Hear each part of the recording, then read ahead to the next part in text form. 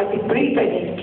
Γιώργο Παπαγεωργίου και τον δήμαρχο κ. Γιώργο Βασιλόπουλου ότι έχουμε εντοπίσει στη θέση Άγιος Αθανάσιος Σχολείου Ονείρου και μερικώς ανασκάψει από το 1994 μέχρι το 2009 την προϊστορική Ακρόπολη που περιλαμβάνει πιθανώς τον άκτορο του Οδυσσέα και άλλα βοηθητικά κτίρια.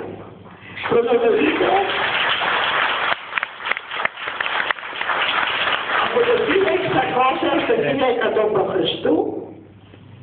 από τις απεικονίσεις του Οδυσσέα σε ευρήματα της ανασκαφής και σε πίνινες ψημένες πινακίδες, η μία πινακίδα έχει συνοδεία προϊστορικής γραφής, γραμμικής α, και από τη μελέτη των μνημειακών καταλήπων εξάγουμε το συμπέρασμα ότι ο ήρωας δεν ήταν μυθικό πρόσωπο, αλλά ιστορικό.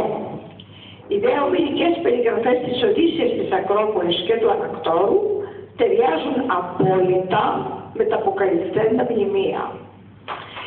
Η προϊστορική θυσιασμένη Ακρόπολη βρίσκεται σε ρόφος της υπόλοιπης της εξοχής της Βόρειας Ιτάκης, σε χώρο που αποδοτιώθηκε με χρήματα του Πανεπιστημίου, βοηθημένο από το Δήμο Ιτάκης και πολιτιστικούς συλλόγους, στους οποίους συνέβαλε οικονομικά και ο λαός της Ιτάκης.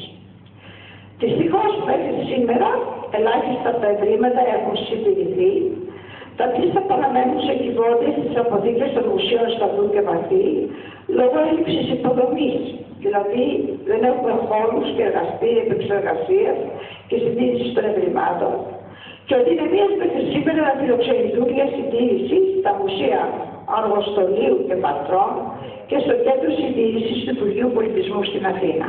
Η ανάγκη είναι να κινηθεί εθελοντικός και επισκέψιμος, εντασσόμενος σε πρόγραμμα αποκατάστασης και αναστήλωσης, να δημιουργεί μουσείο στο χώρο Ιαννού για να συμπεριλάβει τα πάρα πολλά παλαιά και νέα ευρήματα